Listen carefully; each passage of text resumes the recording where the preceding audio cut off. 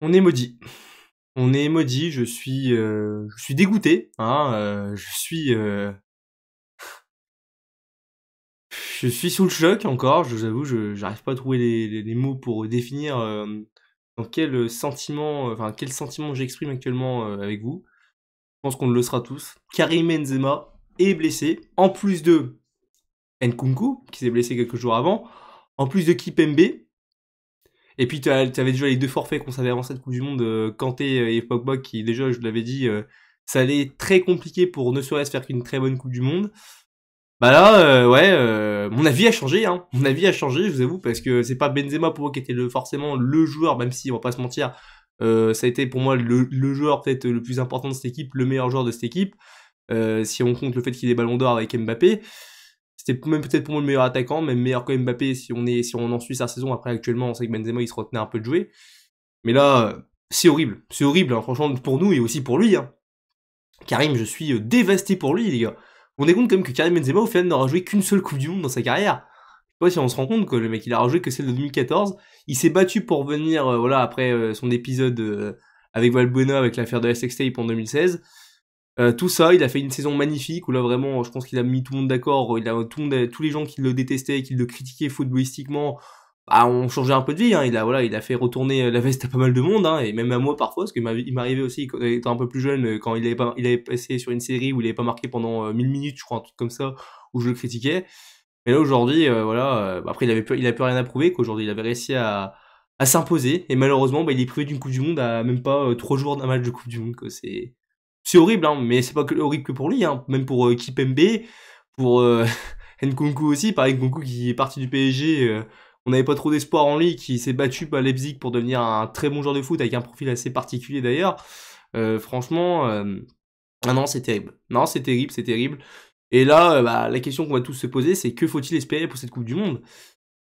Parce que déjà, je le dis, mais moi, ma grosse inquiétude dans cette équipe, malgré même quand il y avait Karim Benzema, Kipembe, Nkunku, tout ce que tu voulais, c'était le milieu de terrain. Parce que le milieu de terrain, les gars, je vous le dis, ne perdre Pogba et Kanté, tu perds tes deux milieux de terrain, tes deux titulaires indiscutables, tu vois. Et à la place, alors t'as Chouameni qui est encore, bon, si t'avais eu, on va dire, Kanté qui était blessé, Chouameni, je pense qu'il pouvait largement faire le taf. Après, par contre, quand t'as Pogba qui est blessé aussi, bah, c'est plus problématique parce que du coup, t'as plus vraiment de créateur. Le seul joueur qui aurait pu pour moi avoir un peu ce style de jeu, enfin les deux styles de joueurs pour moi qui auraient pu avoir, on va dire, comment avoir, enfin, qui pouvait un peu les remplacer. Bah, pour moi, c'était Ndombele, que d'ailleurs, qui techniquement aurait pu être appelé en équipe de France, mais bon, moi j'estime que Tanguy Ndombele, c'est tellement un joueur irrégulier, qui est tellement souvent décevant, qui on sait qu'il est doté d'un immense talent, mais qui n'est pas malheureusement au niveau, n'apporte pas assez de garanties sportives. Il peut très bien être très bon, comme il peut être très mauvais, donc je peux comprendre que Deschamps, bah, il ait pas envie de miser là-dessus. Et puis t'as un autre joueur, hein, il jouait à Lyon, hein, enfin il joue encore à Lyon d'ailleurs, il y a 2 ans, moi je le voyais vraiment comme l'avenir de cette équipe de France. C'était Oussem Aouar, les gars. Hein, pareil, imaginez un Oussem Aouar à son meilleur niveau, alors à un niveau du final 8 dans cette équipe de France. Mais qu'est-ce qu'il aurait fait du bien? Mais voilà, la trajectoire fait qu'aujourd'hui, bah, malheureusement, jouer en équipe de France pour lui, ça va être compliqué déjà. Enfin, pour vraiment qu'il retrouve vraiment son niveau. Mais ouais, milieu de terrain, c'est compliqué. L'attaque, alors après, bon, je me doute bien que forcément, du coup, c'est Giroud. Après, vous allez me dire, Giroud, il est dans une forme monstrueuse en ce moment. Bon, il peut faire un peu le taf, mais bon, face aux grosses équipes, si t'affrontes une grosse équipe, je pense que même si Giroud est dans une très bonne forme, ça va être compliqué. Parce que c'est un joueur qui a un style complètement différent de Benzema, qui, voilà, lui, il participe pas réellement au jeu. On va dire que c'est plus un joueur qui va vraiment passer le pressing. C'est un joueur, on va dire, c'est one ball, one goal, quoi, tu vois. C'est une action, un but, quoi, ouais, Giroud. Donc, ouais, pour combiner avec Giroud, ça va être compliqué. Qu'est-ce que je voulais dire aussi? Ouais, c'est horrible, c'est horrible. En plus, t'as des joueurs dans notre équipe comme bah, Konaté, comme Hernandez, comme Varane qui reviennent physiquement. Ils peuvent aussi se péter, hein. On peut avoir encore des blessés. Je fais cette vidéo-là parce que de base, je voulais la faire cet après-midi parce que j'attendais du coup de faire ça un jour avant la Coupe du Monde, parce que j'attendais que vraiment, parce que je me doutais bien qu'elle allait avoir des blessés. Malheureusement, je m'en doutais, mais je pensais pas qu'elle allait avoir autant de blessés. C'est quand même une énorme dinguerie, hein, franchement. Et ça d'ailleurs, j'aimerais en parler de ça. On en parle qu'il y a quasiment que nous qui avons des gros blessés comme ça. Je parle à part si Sadio Mané avec le Sénégal, bah excusez-moi, mais les grosses nations, les autres grosses nations, Angleterre, Allemagne, Espagne, Argentine, bon, Argentine ils ont eu 2 blessés, mais bon, c'est pas des joueurs, c'est pas Messi quoi qui est blessé, tu vois, c'est des joueurs qui peuvent être remplacés.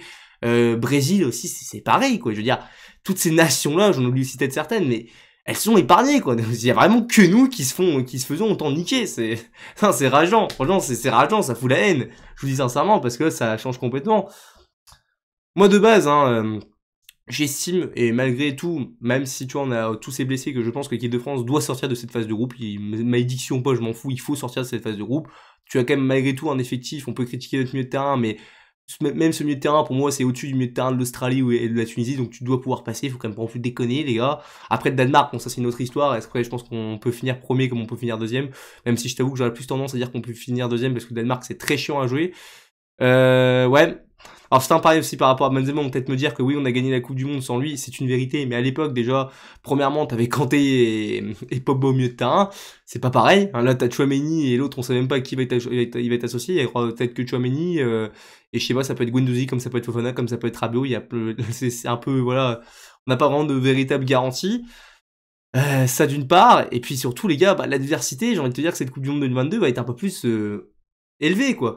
Je veux dire, les gars, la dernière Coupe du Monde, s'il faut être un peu objectif, si tu retires la Belgique, si tu retires la Croatie, si allez, tu mets aussi, on va dire, le Brésil qui se fait éliminer par la Belgique, à part ça, les grosses nations n'étaient pas au rendez-vous. Déjà, t'avais pas l'Italie, t'avais pas les Pays-Bas.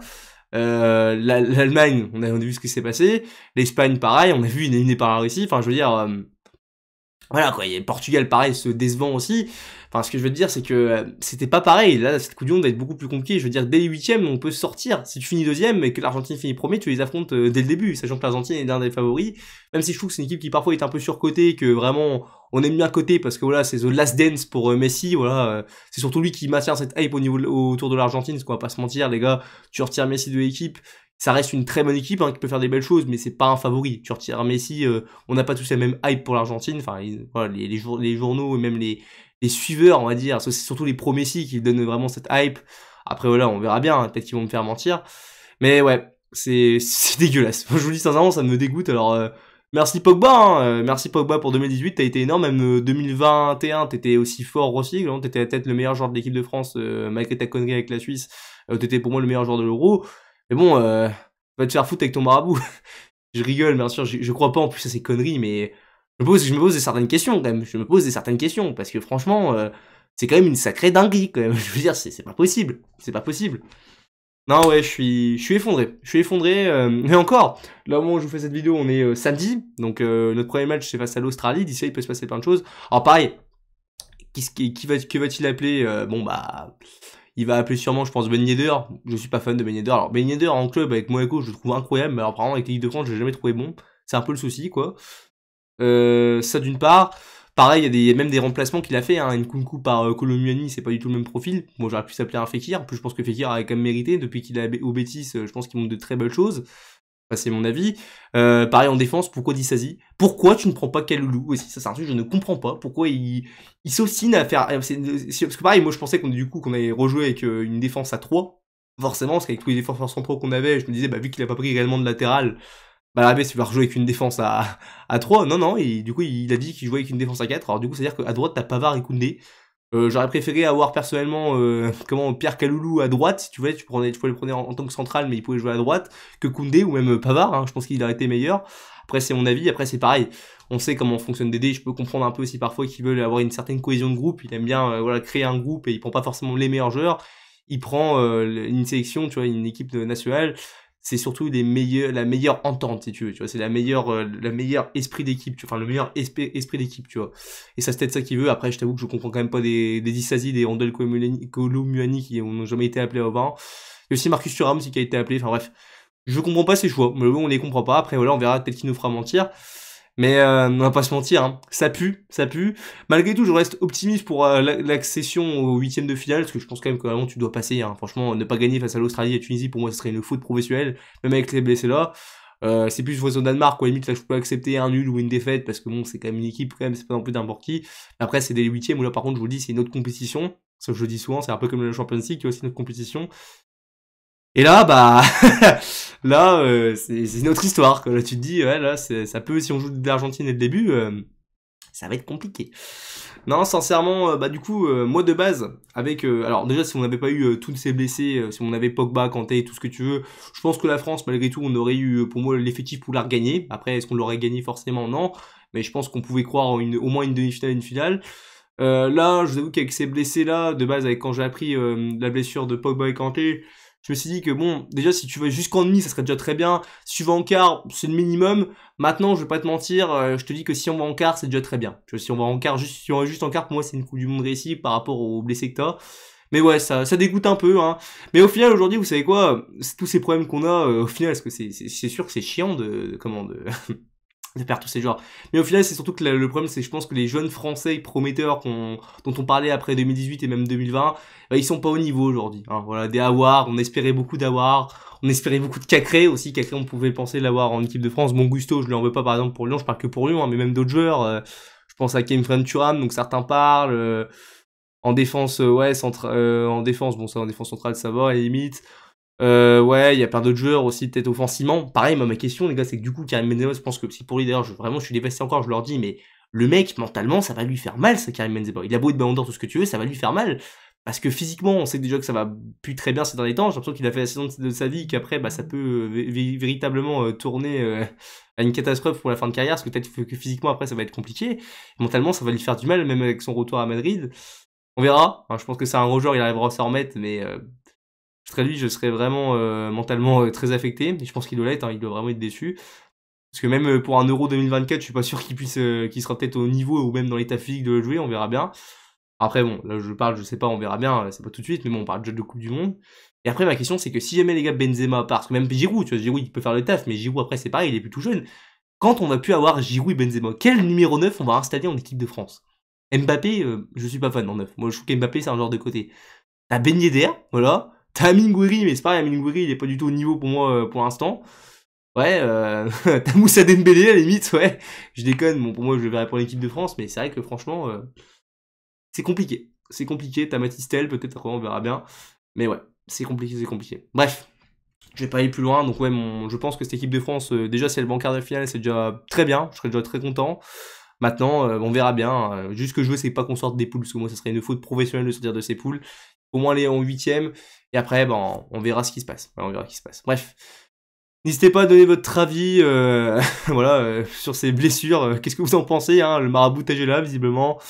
On se retrouvera du coup sinon pour le débrief aussi du coup de France-Australie maintenant, un débrief mardi normalement. Même pas, non, en fait mercredi je pense que je vous le ferai parce que je vais pas pouvoir le voir malheureusement, ça me fait chier. Bon, après les autres matchs je pourrais les regarder, mais juste ce match là exceptionnellement je pourrais pas le voir en direct, donc je le regarderai demain. Donc ouais, on en reparle, on se revoit du coup mercredi pour le débrief de France-Australie. Et jusqu'ici là, bah je dis quand même allez les Bleus. Et on espère quand même un miracle. Voilà, on espère un miracle. Bref, à plus les amis.